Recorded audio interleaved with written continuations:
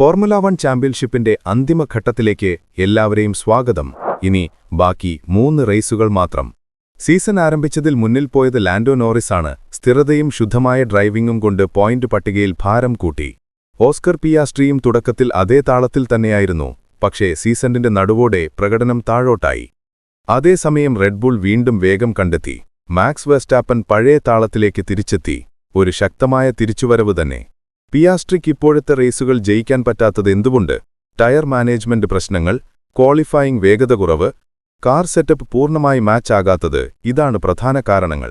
അതേസമയം max, car പൂർണ്ണമായില്ലെങ്കിലും അവന്റെ drive അസാധാരണമാണ്. അടുത്ത ചില റേസുകളിലെ വേഗം തന്നെ അതിന്റെ തെളിവാണ്. ഇനി ചോദ്യം, മാക്സ് ശേഷിക്കുന്ന 3 റേസും ജയിക്കുമോ? സാധ്യതയുണ്ട്, പക്ഷേ ഒരു പിഴവും പാടില്ല. ലാൻഡോ നോറിസ്, അവൻ ചാമ്പ്യനാകാൻ യോഗ്യനാണോ?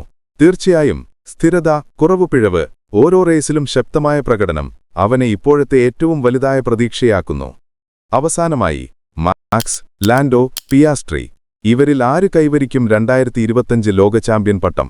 3 റേസുകൾ, എല്ലാം മാറ്റാൻ മതി. കാത്തിരിക്കുക. ഇതാണ് ഫോർമുല 1.